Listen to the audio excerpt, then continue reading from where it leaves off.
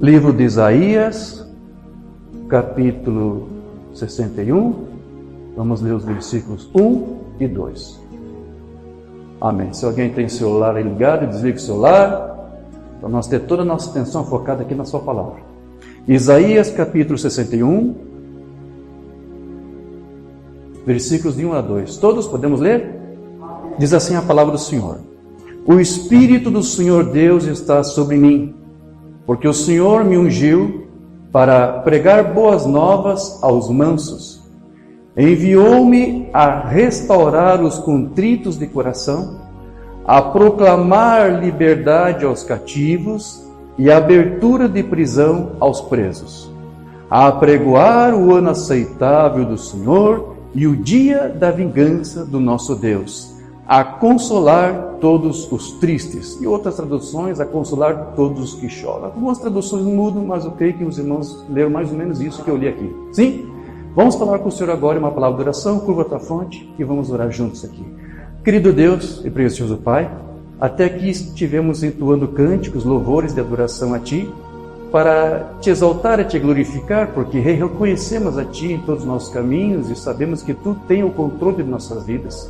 E temos gratidão por tudo que Tu tens feito por nós. Agora, nesse instante, Senhor, suplicamos para que Tu nos ajude a meditar na Tua palavra, que Tu venhas abrir a nossa mente, a qual nós, de coração, nos abrimos, nos entregamos, nos rendemos a Ti, para que Tu venhas falar conosco. Te damos liberdade, Pai.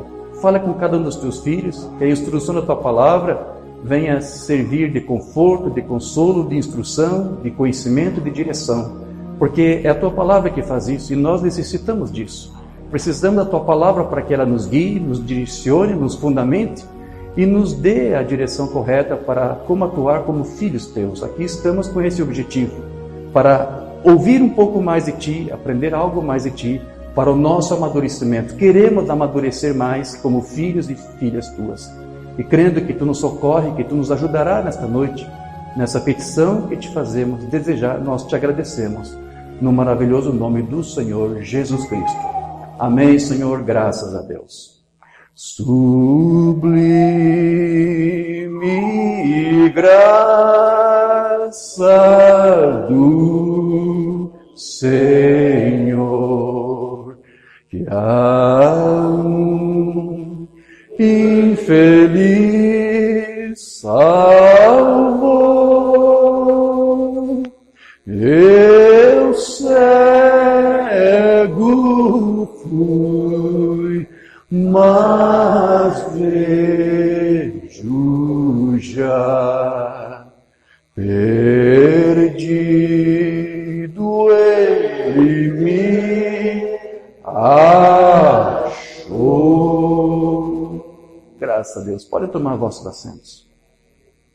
Meus irmãos, todos sabem que o Senhor Jesus Cristo fez a mesma leitura desta parte de Isaías que nós lemos, lá no rolo de Isaías, em uma sinagoga, afirmando que naqueles dias, essa escritura, nos dias de Jesus, já estava cumprida. Você lembra disso? Ele disse: o Espírito do Senhor Deus está sobre mim e me ungiu. Então, Jesus, ao ler a Escritura e dizendo, isso está cumprindo, isso tudo está acontecendo aqui comigo, então Jesus ali estava confirmando, olha, eu não sou Deus, Jesus não era Deus, ou o próprio Espírito Santo, mas ele disse que o Espírito Santo do seu Deus, o Espírito do seu Pai, estava nele e sobre ele lhe ungindo. Essa Escritura disse, está cumprida. Deus, o Espírito do meu Pai, está sobre mim, Ele me ungiu.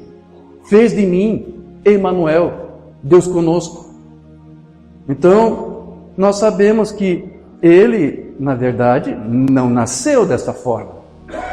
Deus não habitou no Filho, ungindo este Filho, fazendo dele Emanuel, Deus conosco, logo ao seu nascimento.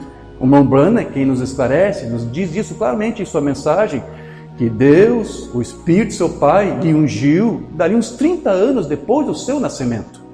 Porque não foi Deus ali quem nasceu, foi o Filho de Deus quem nasceu. Então Deus ungiu aquela carne, habitando neste corpo, corporalmente, em plenitude e sem medida. Ali uns 30 anos Deus fez isso. Então, dali em diante, essas escrituras começaram a se cumprir. Deus, o Espírito de Deus, o estava ali ungindo, fazendo dele Deus na terra, Deus conosco. Então, ali começou a acontecer isto. Jesus recebeu do Espírito de seu Pai ali sem medida. Quando que foi isso? Ali, logo após o seu batismo, né, no Rio Jordão, quando João Batista o batizou nas águas. Lá o Senhor Jesus Cristo, então, foi cheio do Espírito de seu Deus e Pai, e, por consequência disso, logo em seguida, seu ministério teve início com sinais. Os sinais aconteceram depois que Deus habitou no seu Filho.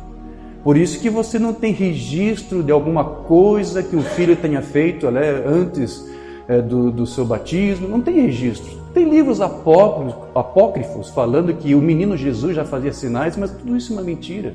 Porque Deus não estava naquele menino, naquela criança. Mas quando Deus entrou no seu Filho, então começam os sinais. Por isso que não há registro. O que aconteceu com Jesus? Né? Você tem um registro breve ali em Lucas, quando ele esteve conversando com os sábios do templo, com os ministros, né? E ele mostrou sabedoria, porque a própria Bíblia diz que Cristo, desde criança, crescia em sabedoria, em estatura e em graça diante de Deus e dos homens. Deus lhe dava sabedoria. E aos poucos eu quero crer que Deus, o seu Pai, lhe dava recordações de algumas coisas do tempo que ele esteve com ele antes da fundação do mundo. Então aos poucos Deus foi revelando ao seu Filho a sua natureza, quem ele era, para poder iniciar então o seu ministério, sabendo exatamente o que ele era, quem ele era e o que Deus iria fazer através dele. Então esse é o ensino de uma humana, né? Quando Deus habitou no seu Filho ali no Jordão, ali então se tornou Emanuel, Deus conosco. Só uma mensagem aqui do profeta, mensagem Cristo Isto de 50, não sei se foi traduzido. Agora, deixe-me dizer uma coisa, amigos. Então, quando Jesus desceu ao Jordão para ser batizado por João, João viu o Espírito de Deus descendo como uma pomba, estava sobre ele. Ele então foi cheio do Espírito de Deus, ali. Foi a partir de Jordão, não antes disso. Ele não nasceu com uma medida do Espírito Santo, dali 30 anos, o resto de medida que faltava agora foi completado. Não, ele não tinha essa medida, uma medida, mas ali no Jordão todo o Espírito entrou neste filho. E depois ele foi ao deserto para ser testado por 40 dias e saiu, e os milagres e sinais começaram a segui-lo. Então o irmão está dizendo, antes disso não houve sinais nenhum, não houve milagres, não houve obras para ser registrada. Porque Deus ainda não estava naquele filho. Agora sim, então começam os sinais, começa o seu ministério. A Bíblia disse, esses sinais seguirão os que creem. Amém. Então veja, agora cabe também a nós mesmos também sermos cheios do Espírito de Deus, como o hino que nós acabamos de cantar. Espírito de Deus, enche a minha vida. Sim, nós temos isso agora. Nós precisamos disso melhor. Assim como o próprio Filho unigênito de Deus também foi cheio do seu Espírito. Efésios 5,18, não vos embriagueis com vinho em que há contenda, mas enchei-vos do Espírito. Amém? Então vamos lá. Quando alguém é cheio do Espírito, ele vai entrar em contenda? Ele disse, não entre em contenda como quem está embriagado, mas seja cheio do Espírito. Embriague-se do Espírito. Então, uma vez que você é cheio do Espírito, vai você que ficar gostando de ficar criticando e brigando e contendendo com alguém por causa da questão doutrinária, isso e aquilo. Se alguém se diz ser cheio do Espírito Santo e continua com um espírito contencioso, de discutir doutrina, isso e aquilo, então alguma coisa está errada. Porque Paulo diz, se você é cheio do Espírito, esse espírito contencioso não existe mais, não há mais espaço para isso. Você não fica mais tentando provar que você sabe, o que você entende, o que você deixou de fazer. Não. Simplesmente você é guiado pelo Espírito Santo e você vai deixar que Ele mesmo vai usar a tua vida para testificar do que Ele é, ou que você é, o que Ele está fazendo através de você. Você não tem que ficar se inquietando ou tentando arrazoar alguma coisa. É isso que eu entendo do que Paulo disse. Não seja contencioso, seja cheio do Espírito. Então quem é cheio do Espírito não fica... Você está entendendo? Entendeu o que eu quis dizer? Não fica contendendo, não fica discutindo. Você pode falar sobre assuntos doutrinários com quem quer que seja. Se alguém não discute, se alguém discute com você, você não vai discutir, você talvez pode até falar, olha, meu irmão, você é carinhoso, você é amoroso, não é exatamente assim que está na Bíblia, mas se você insiste assim, tudo bem. Você não vai forçar nada, porque você não tem esse espírito contencioso, isso acabou. O Espírito de Deus que está em você não te leva para esse caminho. Mas eu tenho que repetir, aquelas pessoas que gostam de contender, discutir, e se diz cristão, se diz cheio do Espírito, se diz nascido de novo, alguma coisa está errada aí. Porque o Espírito Santo não te leva para este caminho. Amém? Está claro? Está entendido isso? Então veja, vou repetir aqui, vou ler minha nota. Se alguém alega ter o Espírito Santo e ainda assim é contencioso, então há algo de errado. Porém, a única maneira de alguém ter a experiência de ser cheio do Espírito, como é que é? Qual é o caminho para você ser cheio do Espírito? Nascer de novo, não há outro caminho.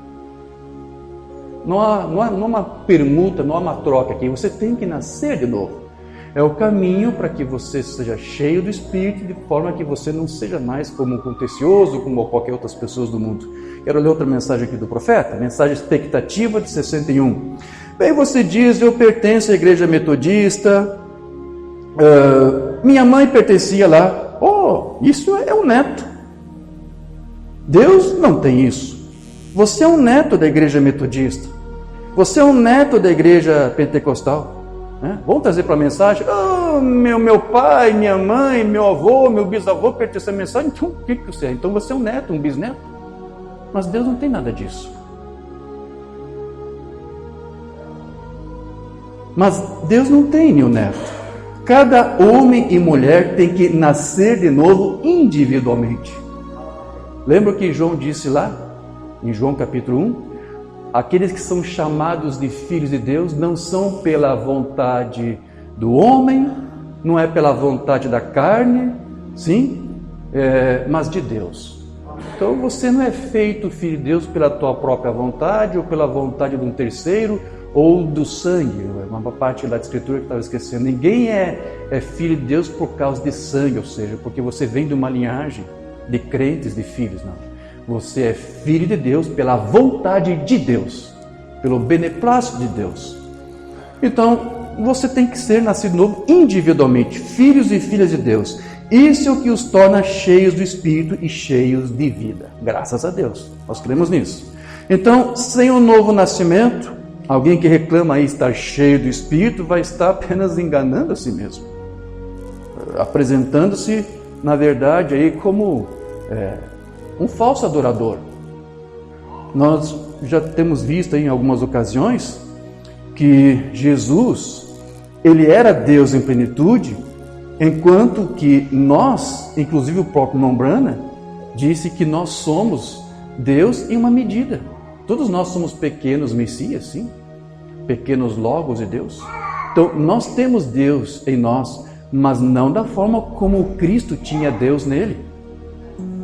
O próprio Mombrana disse, eu tenho Deus em mim em uma medida, e isso já escandaliza alguns teólogos de alguns grupos da mensagem, que diz que o Mombrana era a plenitude de Deus encarnado. Alguns chegam a dizer isso, ao ponto de depois até batizar, orar em nome de William Branham. Eu te batizo em nome de William Branham, eu oro e intercedo em nome de William Branham, porque alguns pensam que William Branham tinha a plenitude de Deus encarnada nele. Mombrana disse, não, eu só tenho uma pequena colherzinha do oceano em mim, mas no Filho de Deus havia todo o oceano dele lá.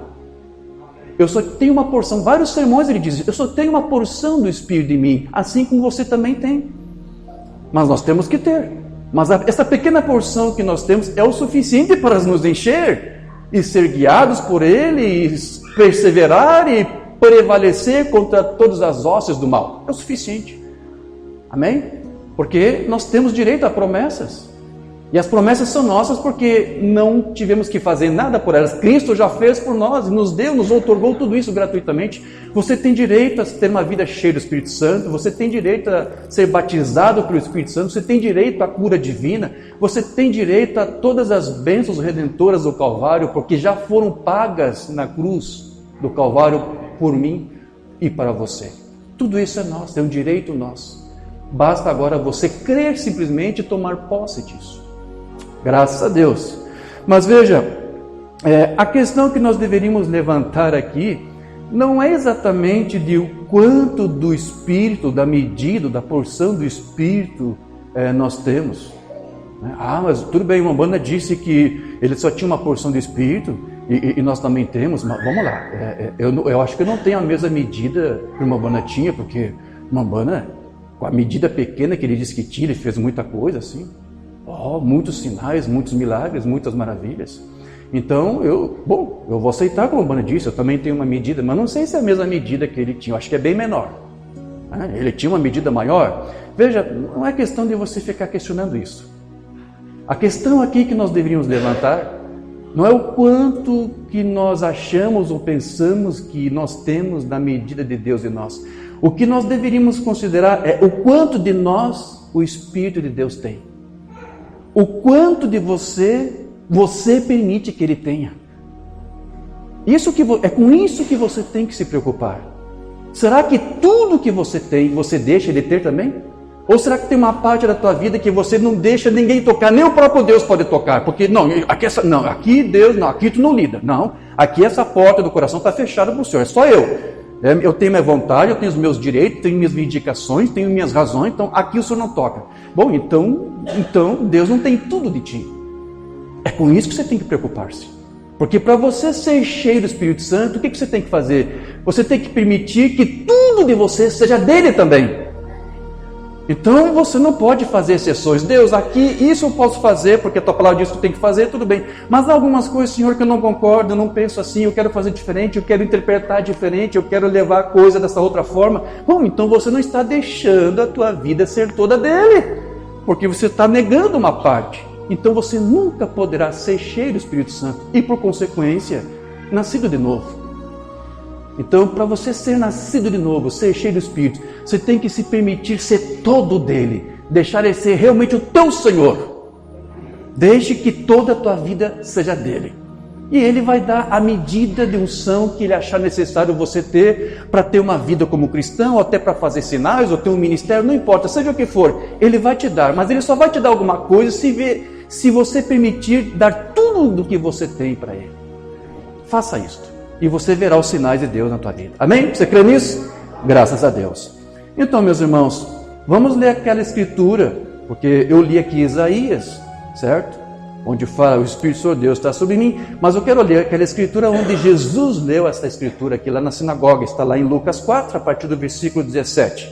Lá diz assim, e foi-lhe dado o livro do profeta Isaías, e quando abriu o livro, achou o lugar em que estava escrito, o Espírito do Senhor Deus é sobre mim, pois que me ungiu para evangelizar os pobres, enviou-me a curar os quebrantados do coração, a pregar liberdade aos cativos e restauração da vista aos cegos, a pôr em liberdade os oprimidos, a anunciar o ano aceitável do Senhor. Você sabe, ele só leu até ali, mas eu li mais um pouquinho, né? O que mais que nós lemos ali? O ano aceitável do Senhor e o dia da vingança do nosso Deus.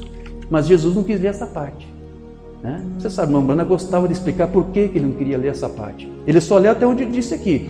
O ano aceitável do Senhor. Leu só até aqui. Aí ele fechou o rolo, e cerrando o rolo, e tornando-o a dar ao ministro, assentou-se, e os olhos de todos na sinagoga estavam fitos nele. Tá, e agora? O que ele vai fazer? Leu isso aqui, sentou e acabou? Só isso? Porque ele já tinha feito muitos sinais, já estava muito famoso naqueles dias. Então todos estavam olhando, esperando mais alguma coisa. Eles sabiam que mais alguma coisa tinha que surgir. Então daqui a pouco, o que Jesus faz? Todos eles fitando os olhos nele. E então começou a dizer-lhes, hoje se cumpriu essa escritura em vossos ouvidos. Tudo que vocês acabaram de ouvir da leitura que eu fiz, tudo isso já está cumprido, já está acontecendo agora mesmo diante dos seus próprios olhos. Agora, observe que Jesus ele disse que ele veio para proclamar, porque uma vez que ele se apropriou da Escritura, dizendo isso já está sendo cumprido agora comigo, através do meu ministério. Então ele que está dizendo, eu estou fazendo isso aqui agora. Ou Deus, através de mim, está fazendo. Porque o Espírito de Deus está sobre mim, ele me ungiu lá no Jordão, eu sou Deus conosco aqui diante de vocês. Então, ele se apropriou disso aqui. E a palavra que ele usou aqui, o ano aceitável do Senhor, que é o que estava ali no rolo, essa palavra, apregoar ou proclamar o ano aceitável do Senhor, No hebraico lá, a palavra lá é kara, ou kará, que quer dizer chamar, quer dizer clamar, recitar, ler, gritar, proclamar, emitir um som alto. Então Jesus aqui está dizendo, isso aqui já foi cumprido, eu vim aqui para fazer isso. Eu vim aqui para emitir um som alto, para proclamar, para gritar, para recitar, clamar, chamar, convocar o ano aceitável do Senhor. Então, do que Jesus aqui estava falando? Ele estava fazendo alusão ao ano do jubileu. Porque no ano do jubileu, quando a trombeta soava, ou o shofar tocava, a liberdade era proclamada por toda a terra. Então, da mesma maneira, quando o Messias viesse, o que ele está tentando ali é mostrar um tipo da lei que agora estava se cumprindo. Quando Cristo viesse, ungido pelo Espírito do seu Pai, Deus, o que ele faria? Ele haveria de proclamar também liberdade.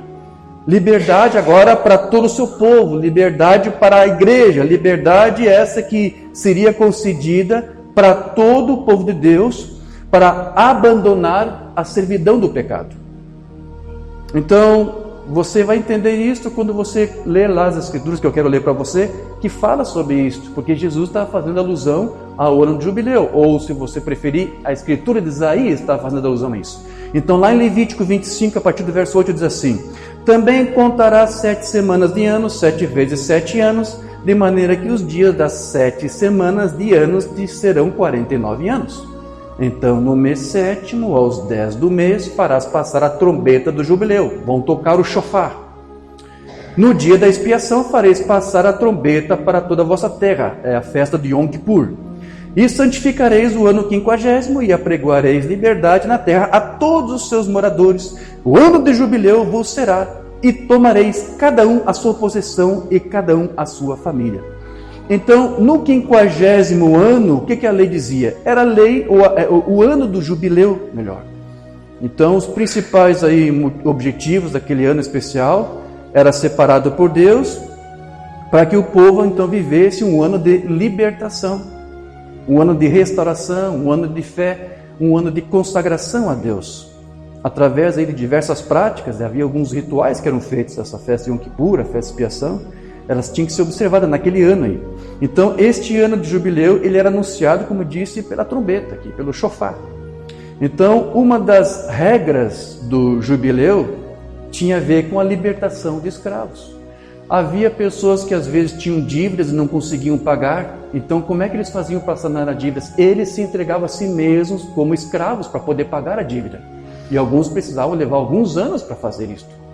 E às vezes não se limitava, não era o suficiente apenas a própria pessoa, às vezes até membros da família teriam que ser levados junto para trabalhar para aquele senhor, pelo tempo que fosse necessário, até saldar a sua dívida.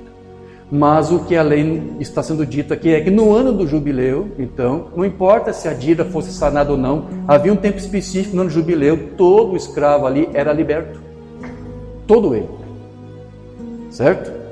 Então, mas antes disso, antes do shofar, do 50º ano ser tocado, antes disso já havia uma preparação, como eu disse. Então, o escravo, no caso, ele já tinha até... era levado a adotar alguns comportamentos diferentes, já recebia um tratamento diferente, melhor dizendo. Como, por exemplo, até de comer na mesa do seu senhor.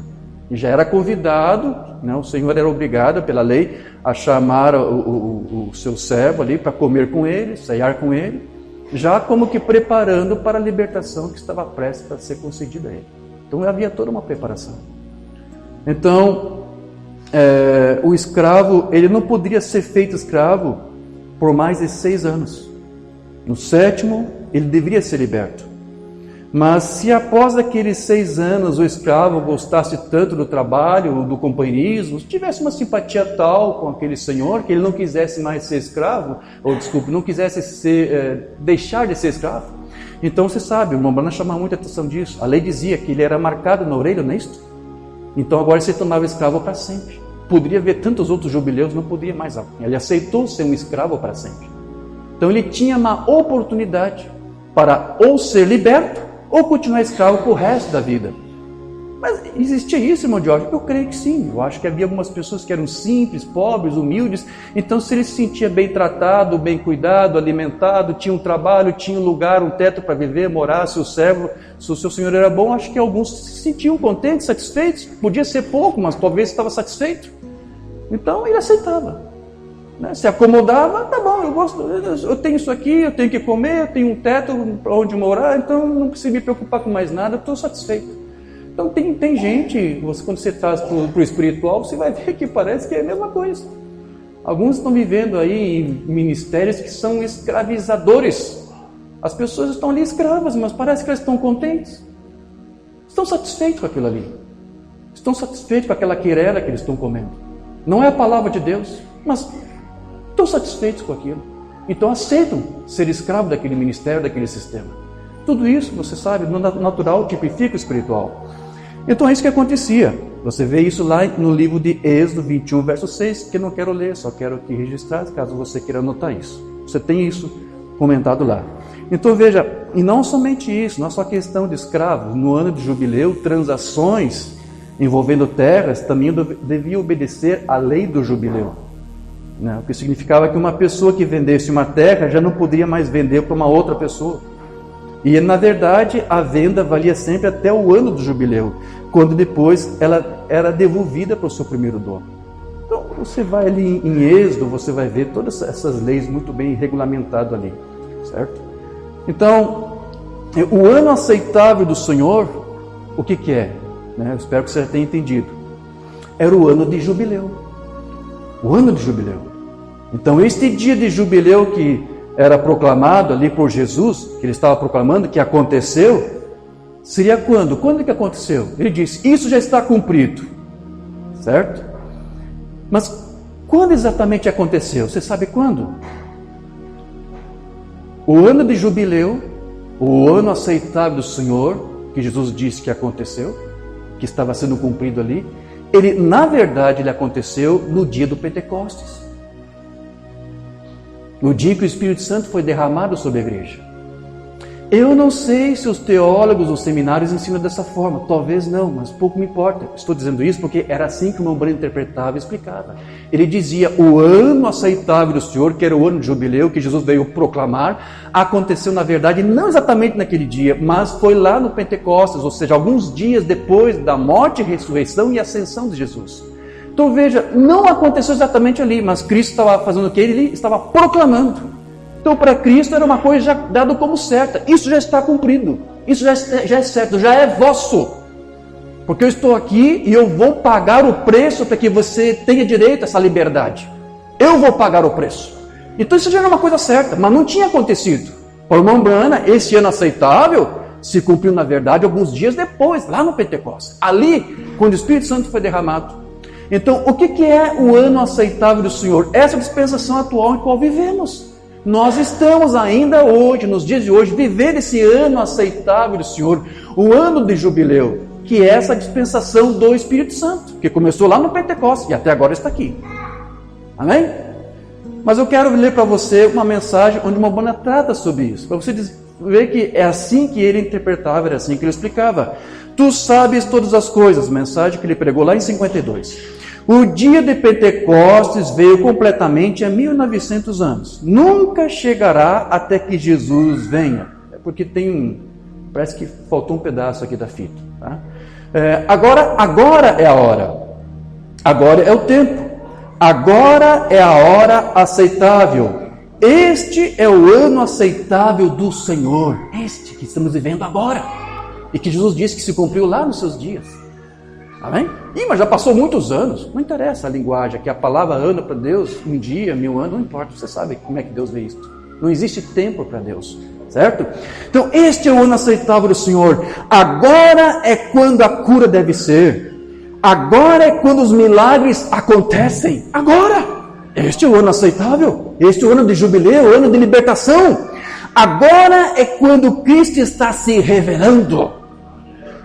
E sim, como é que ele se revela? Quando você nasce de novo, ele está se revelando a você. Né? O novo nascimento, uma Bona disse, é quando a pessoa de Cristo se revela a você. Amém? Esse é o momento. Aqui estamos agora, não no futuro, agora. O diabo continua empurrando isso. Isso é catolicismo. Agora é o dia. Esta é a hora. Este é o tempo. Este é o lugar. Agora mesmo. Este é o dia. O ano aceitável do Senhor. Quando Jesus Cristo, mesmo ontem e hoje eternamente, está se revelando, se manifestando ao povo, mostrando sinais e maravilhas, a mesma coisa que aconteceu na Bíblia. Pesquise, experimente, é infalível. Oh, que coisa, aqui estamos. Amém. Então veja, Cristo ele tem se manifestado nos últimos dias, por meio da sua parúzia, da sua manifestação da palavra, amém? A sua presença, para pôr em liberdade aqueles que estavam cativos do sistema babilônico laodiceiano. Sua parúzia está aqui para promover essa libertação desse cativeiro, porque essa última era laodiceana é uma era de cativos. E muitos aceitaram ser marcados na sua orelha, querem continuar cativos. Mas essa palavra de libertação de jubileu também é dirigida para um povo que não aceita ser levado, tomado como um cativo. Paulo disse, não vos torneis escravos de homens. Essa é a postura da igreja, é a postura da noiva. Então, para estes que essa palavra se cumpre, você não aceita ser escravo de um homem, de um sistema, de um dogma, de uma doutrina de homens, de uma interpretação humana. Você aceita ser apenas escravo, servo do Senhor. Então esse é o tempo que nós estamos passando. Este momento da parúzia, onde estamos face a face com Deus, através da sua mensagem, através da sua palavra. Ele tem se mostrado estar presente conosco, tem se permitido inclusive ser fotografado, para mostrar, eu estou aqui com você para te libertar. Este é o ano aceitável, não acabou. Esse é o dia para você ser liberto, se você quiser. E eu estou te dando agora um profeta, um mensageiro, uma mensagem, para que você, ao aceitar isto, você seja de fato liberto de todo o sistema humano. Ele veio aqui para promover isto, essas mudanças. Ali em Itajaí falamos um pouco sobre isso, de que quando Deus enviava um profeta, era para anunciar erros, falhas do povo, e ao mesmo tempo dizer, olha, prepare-se, ou você está disposto a se emendar ou se corrigir, ou você está prestes a ser levado como cativo, vai vir um cativeiro. Como aconteceu lá com os assírios e depois com a Babilônia. Ministramos um pouco sobre ontem, só resumindo para os irmãos que não acompanharam lá. Então, quando Deus enviou o profeta, era para anunciar isso. Você agora vai ter a oportunidade, é uma porta de escape que está sendo dada para você decidir. Ou você se emenda e se corrige para se ver livre, ou você vai aceitar e vai continuar assim, e você vai ser tomado como escravo. Então, Deus enviou nestes últimos dias um profeta com uma mensagem para este objetivo, para não permitir você ser escravo desse sistema babilônico, do concílio mundial de igrejas que está para se formar, que já está se formando na verdade. Esta mensagem é para te libertar, para te poupar de todo tipo de juízo, de problemas que virão sobre aqueles que aceitaram ter a sua marca na sua orelha. Então Deus ele tem nos libertado, como eu disse, por meio dessa mensagem. Mas uma vez que ela é rejeitada por alguns, os mesmos se tornam escravos desse sistema para sempre. Como da mesma forma para sempre, aquele escravo era aceito lá depois que o tempo de jubileu passava, e ele aceitava ficar naquela condição.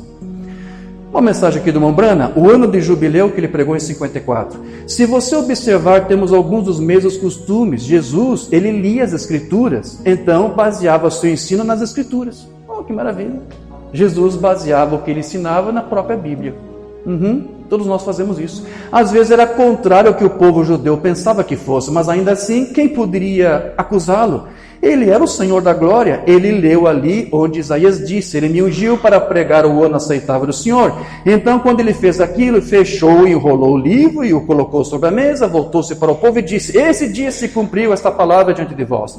Agora, Isaías, centenas de anos, provavelmente entre 500 e 800 anos antes disso, havia profetizado sobre a inspiração que Cristo, quando ele viesse, ele seria ungido para pregar o ano aceitável do Senhor. Então isso teve que ser exatamente dessa maneira, pois Deus, através do seu profeta, havia falado sua palavra e sua palavra deveria acontecer. Amém.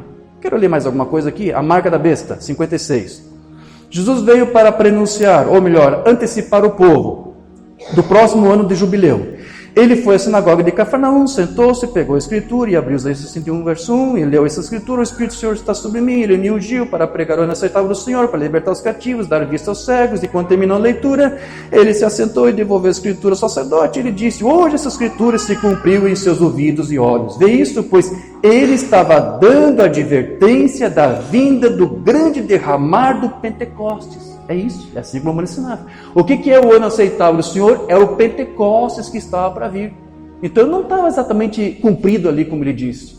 Mas o que estava cumprido é o fato de ele estar ali proclamando. Antes do evento acontecer, tinha que haver alguém para ali proclamar. Então foi isso que Cristo fez. Ele proclamou, e isso é cumprimento da Escritura. Tinha que haver uma proclamação antes que o evento acontecesse. Guarde bem isso aqui que eu estou lhe dizendo. Antes que acontecesse o ano aceitável do Senhor, tinha que haver uma proclamação dele. Depois, efetivamente, ele se cumpriria. Certo?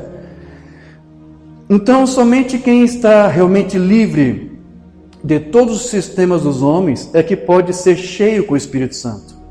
Porque, veja, meus irmãos, é impossível que alguém seja cheio do Espírito de Deus e, ao mesmo tempo, seja escravo de alguém. Eu vou repetir o que eu acabei de dizer. Paulo disse: não vos torneis escravos de homens. Amém? Mas veja, para o irmão Branham, ele chamava a atenção, como eu disse, para uma parte daquela escritura ali de Isaías que Jesus Cristo não leu. Ele só leu até onde falava sobre o ano aceitável do Senhor. Mas havia uma parte que ele não quis ler. E você sabe por que Jesus não quis ler? Porque não era para aquela dispensação, não era para aquele dia, não era para aquele momento ali em que ele estava ali, na sua parúzia. Isso era para uma outra parúzia, um outro mover, uma outra vinda que deveria acontecer. E você sabe qual é a outra parte? Eu acabei de ler, mas eu quero ler aqui como Mombrana explicava, como ele interpretava. Na mensagem O Sinal, de 63, Mombrana fala isto. Em Israel, quando soava as trombetas do ano jubileu, todo homem observou Cristo nessa leitura.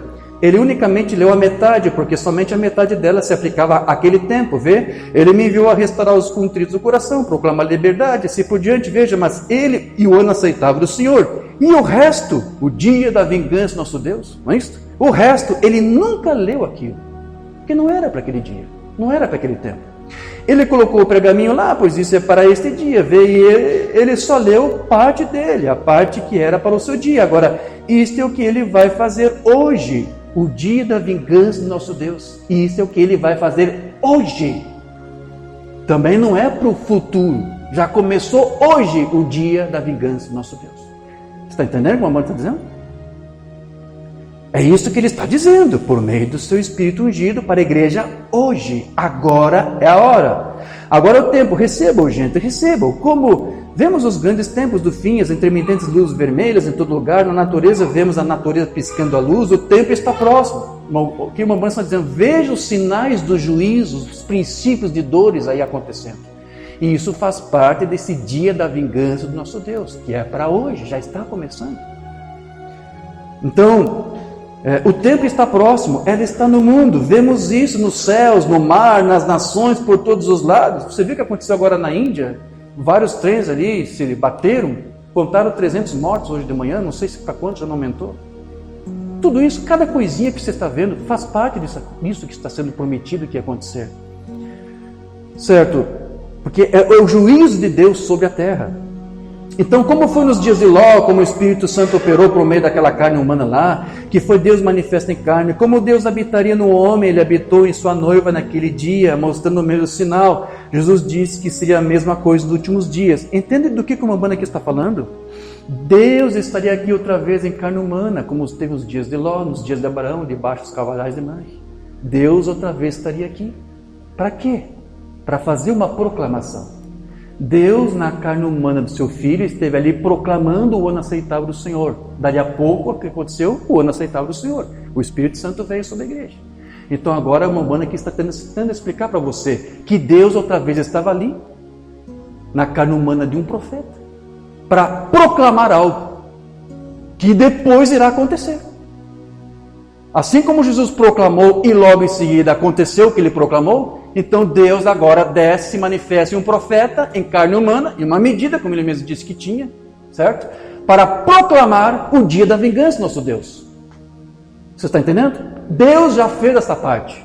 Ele usou um profeta, um homem que ele ungiu, vindicou, para proclamar. Isso já foi proclamado, isso já está cumprido. Aquela outra parte que Cristo não leu, ele deixou para se cumprir agora. Então podemos usar as mesmas palavras que Jesus. Essa escritura hoje já está cumprida. O dia da vingança do nosso Deus. Por quê? Porque já houve uma proclamação. Embora agora só resta o quê? O cumprimento. O juízo. O dia da vingança do nosso Deus acontecer. Amém? Está compreendido tudo até aqui? Certo, quero ler outra mensagem. Hoje se cumpriu essa escritura. E sabemos quão peculiar foi essa leitura da escritura, porque ele simplesmente tomou uma porção dos versos 1 e 2, aí 61 e 2, mas ele leu só até ler o ponto onde dizia: o Espírito do Senhor está sobre mim, para curar os quebrantados de coração, para curar os doentes, dar vista aos cegos, anunciar o ano aceitável do Senhor. E então ele parou. Pois depois disso era para trazer o quê? Juízo, que se aplicaria à sua segunda vinda, não na sua primeira vinda. Então, irmão de ódio, se agora foi proclamado o dia da vingança do nosso Deus, quer dizer então que a vinda de Cristo já está acontecendo? Já aconteceu? Não, mas o dia da vingança do nosso Deus vai acontecer no dia do Senhor. E o dia do Senhor tem a ver com a parúzia. E a parúzia não tem apenas a ver com a vinda física, mas com essa vinda espiritual que você vê ali. Aquilo não é a vinda física, mas isso é a parúzia. O Senhor já está aqui. O anjo forte, ou seja o nome que você quiser dar, ele está aqui para guiar e conduzir a sua igreja, preparar a sua igreja para quê? Para se ver livre do dia da vingança do nosso Deus, porque ele nos deu uma mensagem para que você não seja cativo desse sistema que está aí para se formar, para cativar. Mas vai ter alguns que sabem, a maioria vai aceitar a sovela ser marcada na orelha, mas alguns não vão aceitar. Amém? Nós estamos aqui porque aceitamos essa mensagem que nos liberta e nos prepara para sermos poupados desse dia. Amém? Então ele está dizendo, isso aqui é para a primeira vinda, né? Ou para a segunda vinda. Ele parou e se virou, ele disse: hoje se cumpriu a escritura. Como isso foi direito? Amém. Vou pular alguma coisa, quero ler outra mensagem. Qual é a atração sobre a montanha? Observe a exatidão que a escritura dá a isto. Observe o que isto para mostrar. Aqueles que desejam crer, aqueles que desejam ver, lembrem-se que Jesus parou no meio da escritura, porque parte dela já havia sido cumprida então. O restante era para a sua segunda vinda, para pregar o ano aceitável do Senhor, curar os quebrantados de coração, e parou. Não trazer julgamento aos gentios até sua segunda vinda. Observe essa escritura aqui, como se assemelha a essa. E Elias, tomará os corações dos pais aos filhos. Agora está falando de Malaquias 4. Então não misture isso com Malaquias 3, diz o irmão Brana. João Elias, o qual veio nos dias anteriores à primeira vinda de Cristo, tomou o coração dos velhos pais, patriarcas, a mensagem dos filhos, a nova mensagem. Agora observe, e os corações dos filhos aos pais. Em sua segunda vinda, nos últimos dias, ele retorna à fé apostólica novamente. Vê quão perfeitamente concorda as Escrituras, aquele era o fim do Antigo Testamento, o Antigo Testamento. O que o irmão Brana aqui está dizendo? Que quando Jesus disse, essa escritura está cumprida, o ano do jubileu está aqui, o ano aceitável do Senhor já está se cumprindo. Então, quando o Espírito Santo foi derramado, o irmão aqui está dizendo, ali acabou a lei. Jesus estava como que dizendo, a dispensação da lei está com os seus dias contados. Isso já está cumprido. Então agora, o irmão Brana está fazendo aqui uma conexão com Malaquias 4 para você entender isto. De que este ministério de Elias de Malaquias 4, quando estivesse aqui, ele viria com uma mensagem que ele disse que é a fé apostólica, novamente, retornando para a igreja. Para que isso? Para te libertar. Para te ver livre do juízo. É a doutrina apostólica, restaurada agora através de Malaquias 4, através desse profeta. É essa doutrina, esse entendimento e o poder que há, porque a palavra, a doutrina, é poder, é vida, é Deus mesmo aqui. Não são apenas uma boa letra, um conhecimento teológico, é vida, é poder, é Deus, é Cristo em você. Então quando você tem isso aqui retornando, porque é a mesma vida e o poder que estavam nos primeiros pais, quando retorna agora, é isso que vai te preparar para você não mais ser um escravo do sistema dos homens, mas para que você seja liberto e poupado do dia do juízo que tem que vir sobre todos aqueles que rechaçaram essa doutrina e que não aceitaram essa palavra como foi dada, como foi restaurada a nós. Então ou você aceita isso aqui ou você é marcado para ser um escravo para sempre. Entende tudo que o irmão Brana aqui está dizendo para nós? Essa doutrina, esse entendimento que ele nos restaurou, é isso que vai nos poupar do dia da vingança do nosso Deus, que virá sobre aqueles que rejeitaram isto aqui, que arrazoaram contra isto. Por isso que é tão importante você tratar disso, pelo menos até você entender certas coisas sobre a doutrina, você tem que entender. Uma vez que você entende, nós podemos tocar o barco para frente, não é isso, irmão Arantes? Seguir adiante com tantas outras coisas que Deus tem para nos dar. Mas o básico você tem que ter isso, e Ele nos deu, porque você tinha que ter. Se não precisasse, Ele não teria nos restaurado. Mas se Ele deu, é porque Ele sabia, é por este caminho que você é restaurado, é por este caminho que você é liberto, é por este caminho que você é cheio do Espírito e nasce de novo. É por esse caminho, certo? Então veja que assim como a segunda parte de Malaquias 4 foi cumprida nesses últimos dias, então nós podemos dizer que Cristo na sua parúzia também está aqui para promover o juízo sobre aqueles que não aceitaram a sua alforria. Ele nos deu a alforria, agora alguns não querem. Eu vou ficar com o entendimento que eu sempre tive, do que Mambana pensou, pregou, que eu acho que é o certo. Bom, então você está sendo marcado na orelha como escravo. Você colocou um ponto final em sua teologia, ao invés de ter colocado uma vírgula. Aceite a parte, como a Mambana disse, que Jesus é Deus. Aceite aquilo ali. Mas não ponha um ponto final nisso. Aceita também outra parte onde ele diz que Jesus tinha um Deus. Aceita outra parte onde ele fala que Jesus dobrou os seus joelhos diante de Deus lá nos céus.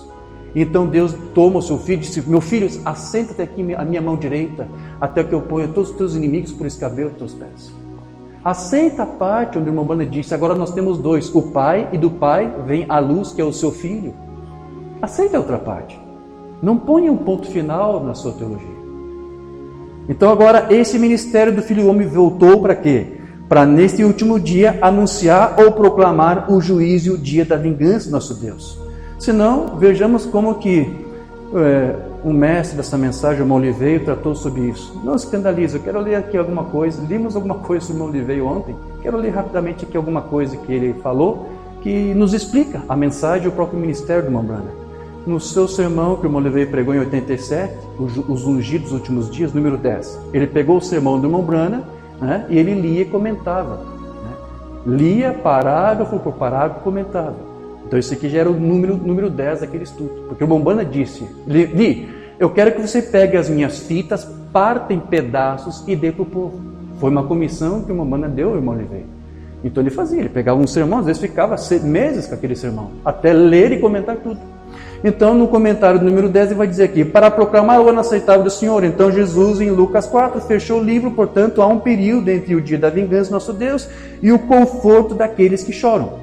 Em outras palavras, o dia da graça termina, ou seja, o ano aceitável do Senhor era o fim do quê? Da lei mosaica, e o início da dispensação da graça. Mas o que é o dia da vingança do nosso Deus? O que é isso? Deveria ser o futuro fim da própria graça, da qual nós estamos aqui. Ela ainda não acabou. A dispensação da graça termina quando acaba a dispensação gentílica, quando de fato a era gentílica laodiceana se encerra, que se encerra com a vinda física de Cristo. Mas já estamos nos encaminhando para isso. Então a graça está prestes a acabar e ela vai terminar com o fim dessa dispensação, certo? Agora você notará aqui que duas coisas foram mencionadas no versículo 2. Número 1, para proclamar o ano aceitável do Senhor. Número 2, para proclamar o dia da vingança do nosso Deus. E para proclamar um conforto aos que choram. Agora surge a pergunta: houve uma proclamação a respeito dessa primeira parte? A resposta é sim. Lucas 4. Jesus veio e proclamou, depois se cumpriu. Está entendendo aqui o argumento dele veio? Agora ele vai perguntar para você: não houve uma proclamação do dia da vingança? Sim, Deus usou um profeta para proclamar. Agora só o que resta? Acontecer. Está entendendo? Amém. Então, tudo bem, que tal isso em nossos dias que agora está chegando? Tudo bem, vamos descobrir o que podemos ler sobre isso. Tem a ver com a destruição do tempo do fim. Está se referindo aqui à grande tribulação. É disso que se trata o dia da vingança do Senhor. O dia da vingança do nosso Deus. E claro, eu acho que tão bom quanto qualquer lugar para olhar é Hebreus 12.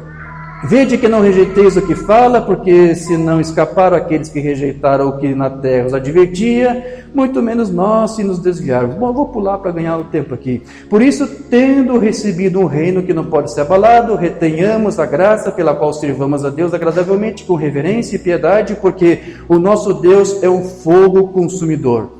E o irmão Bana disse que Deus, no dia do juízo do Senhor, virá com fogo, virá com bomba atômica sobre o Vaticano, sobre os Estados Unidos, não é isso? Ele vai fazer isto, certo? Só que ele já proclamou isso. Agora só falta acontecer. Agora, isso é realmente o que? Malaquias 4. As pessoas podem dizer o que quiserem, mas você não pode colocar em qualquer outro lugar, e porque é significativo do dia da vingança. Então alguém terá que fazer uma proclamação sobre a segunda parte do segundo versículo lá de Isaías 61, que é o dia da vingança do nosso Deus. E então dar uma mensagem de conforto para aqueles que choram. Tudo bem. Entendeu o que o irmão Oliveira falou aqui? Você entendeu o raciocínio aqui? Cristo lá proclamou, logo em seguida aconteceu, né? O irmão explicou, no Pentecostes, ali alguns dias aconteceu. Agora, ele está dizendo que Malaquias 4 teve que se cumprir, porque Deus mesmo tinha que voltar aqui para proclamar o dia da vingança, que agora está prestes a acontecer. Quando? A qualquer momento. Mas como isso tem a ver com o dia do Senhor, e o dia do Senhor tem vários aspectos, tem várias coisas que acompanham, não é só a questão da vinda física. De uma certa forma, isso já está o quê? Já está acontecendo, meus irmãos. Já está se cumprindo. Então, quem fará isso será o mensageiro de Malaquias 4. Então, lembre-se que não foi exatamente Jesus quem proclamou o ano aceitável do Senhor, foi Deus através de Jesus. Então, não foi William Branham quem proclamou o dia da vingança, foi Deus através do William Branham que proclamou o dia da vingança.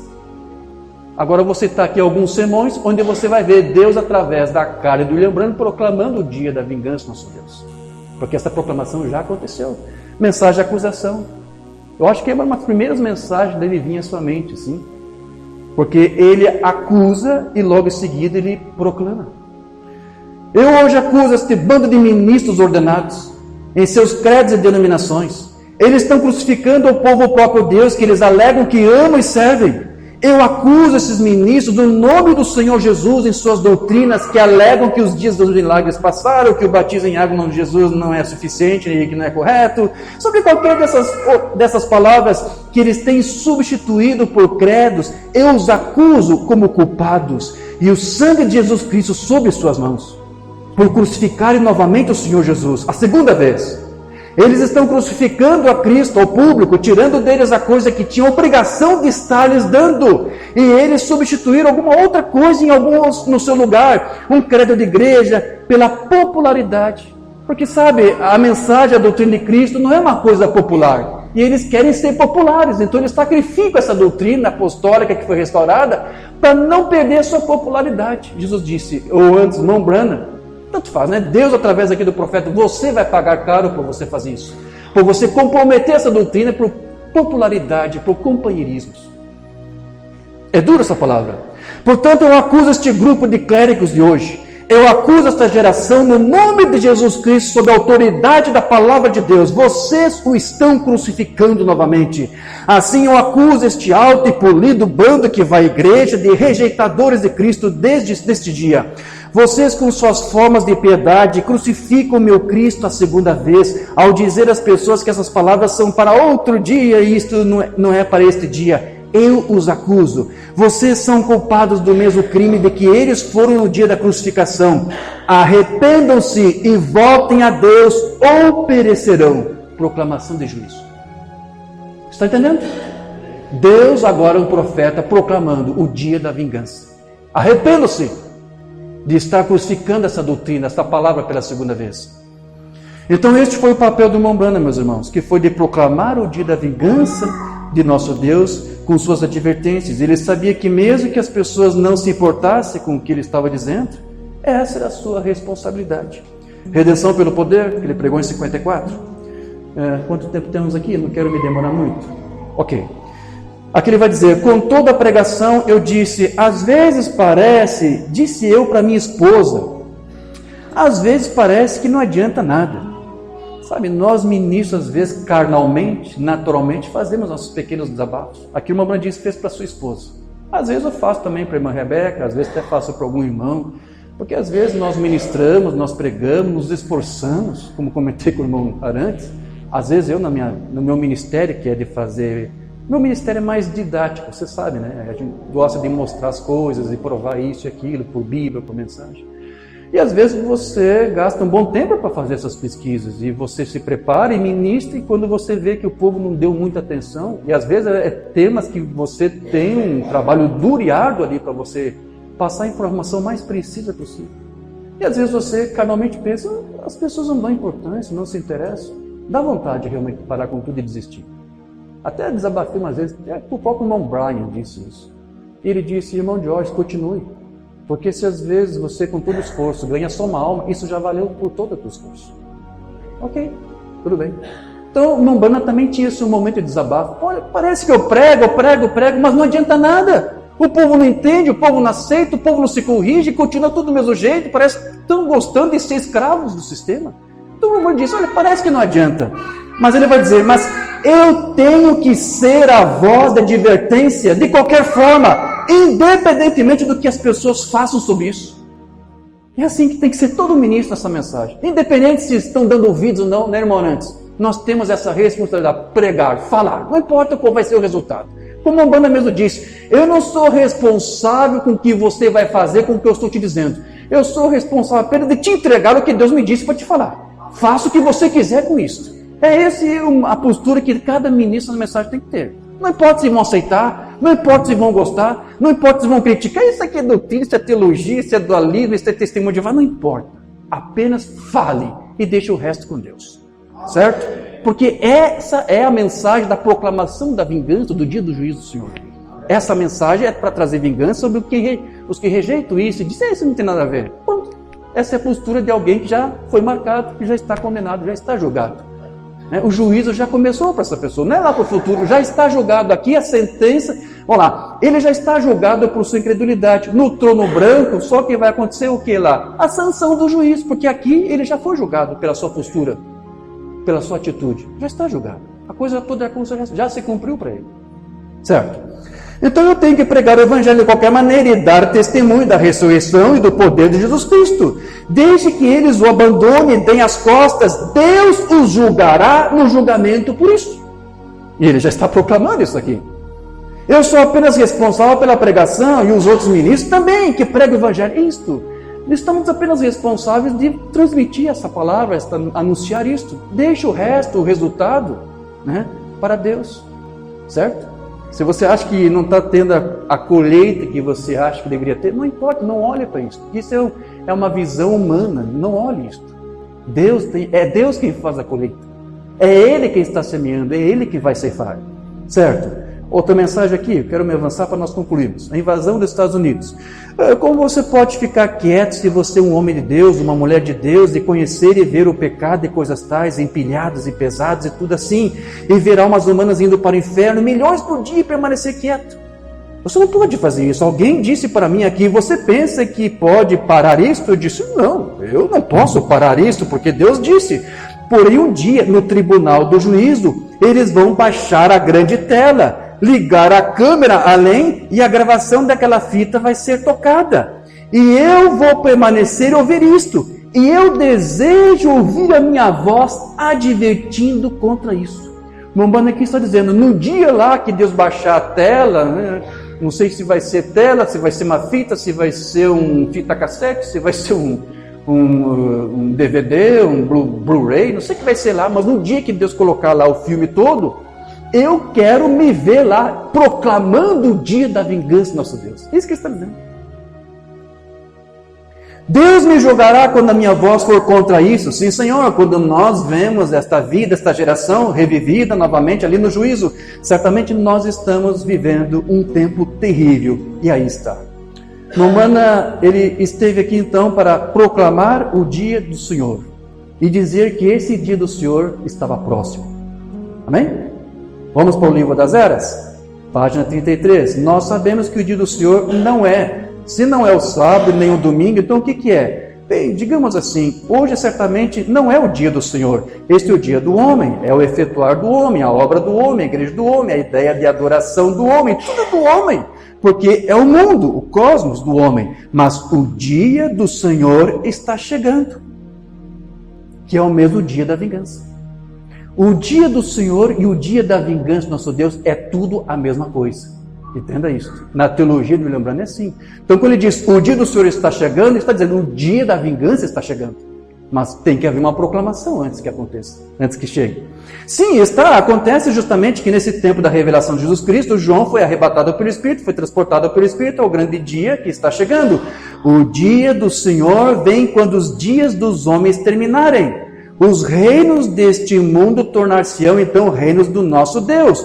O dia do Senhor acontece quando os juízos caírem. E após isso vem o quê? O milênio. Então o dia do Senhor e o dia da vingança são a mesma coisa. Ele está dizendo aqui. Então agora mesmo o mundo faz o que quer com o cristão. Sim. O mundo faz o que quer com os que se dizem ser cristãos. Em 2022, se eu não me engano, não, 2020, eu não sei como é que é essa estimativa agora, se aumentou, se diminuiu, mas em 2020, a cada 8 pessoas que se diziam ser cristãs, uma era morta. Então, o aumento de assassinato de cristãos nunca tem sido tanto como agora. Sempre houve morte de cristãos, mas nesses últimos dias está aumentando. Então, aqui o momento está dizendo, esse é o tempo em que o mundo faz o que quer com o cristão. E por isso que o mundo tem que passar por esse dia da vingança. Deus vai vingar a morte de todos esses. Certo? Aqui ele vai dizer, eles xingam de todos os tipos de nomes maus, zombando deles, zombando de mim, zombando de você. Tem que haver um dia de vingança para tudo isso. Não que você peça ou clame por isso, mas Cristo antes, Deus através do profeta já proclamou isto. Mas está chegando aquele grande e notável dia quando eles lamentarão e uivarão, pois o Cordeiro está vindo com ira para julgar o mundo. O que é isso aqui que ele está fazendo? É uma proclamação. Você está entendendo? Tem que haver uma proclamação antes que o juízo aconteça. Então agora o dia do Senhor não abrange apenas juízos vingativos, como tentei explicar para o Senhor, para você. O dia do Senhor, o dia da vingança do nosso Senhor, do nosso Deus, ele é muito mais abrangente que isso. Vou pegar mais um outro sermão do Moliveira para nós explicarmos isso. Sermão que eu já traduzi. Se você somente soubesse quem eu sou. Eu sei que os irmãos aqui leram na época que nós imprimimos. Moliveira aqui vai dizer, temos a Bíblia para um profeta para o dia do Senhor? É isto, vê? Eles não podem reunir isto. O manuseio errado ou o uso incorreto ou a má interpretação da Escritura é morte. Eles não puderam reunir isto. E esse é aquele dia do Senhor que inclui a ressurreição. O que inclui o dia do Senhor? Inclui a ressurreição, o arrebatamento, a ceia das bodas, a tribulação, o que é isso? O juízo, o dia da vingança, o retorno, Cristo retornando com a igreja arrebatada, e a conquista. O que é a conquista? Milênio. Então o dia do Senhor, o dia da vingança do nosso Deus, envolve tudo isso aqui. Ressurreição, arrebatamento. Então, a ressurreição já aconteceu? Nada dessas coisas aqui aconteceram. Mas você já tem a fé de arrebatamento, você já tem potencialmente todas essas coisas. Porque tudo isso já é nosso. Então, o que ele vai fazer no milênio é julgar todas as nações com equidade. Salmo 67, verso 4. Alegre-se e regozije-se as nações, pois julgarás os povos com equidade e governará as nações sobre a terra. Amém, meus irmãos? Vou pular muita coisa aqui para nós concluirmos já. E quero aqui apenas chamar a atenção para um pequeno detalhe, que o Mombrana, ele disse que muitos estão preocupados, por exemplo, com o comunismo, e ele disse, olha, não se preocupe com o avanço do comunismo, porque isso é uma ferramenta do próprio Deus para o seu juízo. Primeiro selo. Por que o comunismo surgiu aqui na Rússia? Sinto mal-estar ouvir tantos pregadores condenando o comunismo e nem sabe acerca do que eles estão falando. Isso mesmo. O comunismo não é nada. É uma ferramenta na mão de Deus para trazer vingança sobre a terra pelo sangue dos santos. Então, esse é o dia da vingança do nosso Deus. Ele está proclamando, olha, esse é o momento. Por isso que você está vendo as ideias progressistas, comunistas, esquerdistas avançando como nunca em todos os países. Alguns lugares e alguns países, alguns pregadores estão sendo proibidos de pregar certas coisas. Estão sendo proibidos de pregar contra mudanças de gênero e outras coisas tais, porque daí eles são acusados de preconceito, são acusados de discriminação. No México e em outros países, alguns pastores as portas das igrejas estão sendo fechadas porque eles pregaram contra as coisas. Então, está chegando o tempo que os meninos não vão poder denunciar pecado na igreja, porque vão ser chamados de preconceituosos. Tem certas coisas que ele vai ter que fechar a boca, não vai poder falar nada contra. Então isso tudo é necessário, tem que acontecer. Uma banda disse, isso é uma ferramenta de Deus, tem que acontecer. As 10 virgens, apartai-vos de eu os conheço que se autodenominam e que se autodenominam cheios do Espírito e não são. Aí está você, que hora está chegando, que hora terrível. Deus se vingará. Vou me vingar, diz o Senhor, vou recompensar. Então, meus irmãos, como nós dissemos, Deus, Ele tem providenciado uma porta de escape para a igreja não ter que passar por essas coisas. Para todos aqueles que estão escondidos debaixo do sangue de Cristo, que aceitaram esta mensagem, se renderam a ela. Então, estes não passarão por esse juízo do dia da vingança, nosso Deus, que tem que vir. Isso não vai ser para nós, é para aqueles que rejeitaram tudo isso. Então, quanto a nós, o que vai ser? Deus vai nos ajudar, Deus vai nos poupar de todas essas coisas. Amém? Algumas escrituras aqui rapidinho para nós concluirmos. João 5:24. Quem não conhece isso? Na verdade, eu vos digo que quem ouve minha palavra, quem ouve minha mensagem para o seu dia e crê naquele que me enviou, tem a vida eterna e não entrará em condenação, não entrará em juízo, mas passou da morte para a vida. Provérbios 12, verso 2. O homem de bem alcançará o favor do Senhor, mas o homem de intenções perversas, ele condenará, ele julgará. Isaías 54, 17. Toda ferramenta preparada contra ti não prosperará. Toda língua que se levantará contra ti em juízo, tu a condenarás. Tu, Deus te dará poder e autoridade para isso. Esta é a herança dos servos de Deus e a sua justiça que de mim procede, diz o Senhor. 1 Samuel 2,10. Os que contendem com o Senhor serão quebrantados. Desde os céus trovejará sobre eles. O Senhor julgará as extremidades da terra e dará força ao seu rei e exaltará o poder do seu ungido. Salmo 7, verso 8. O Senhor julgará os povos. Julga-me, Senhor, conforme a minha justiça e conforme a integridade que há em mim. Diga graças a Deus. Amém? Então, só mais um sermão aqui no Umbanda para nós concluirmos. Porque veja, o nosso Deus é um Deus justo. Ele tem visto todas as perversidades que a humanidade tem cometido em todas as eras. O cálice da sua ira já está aí transbordando.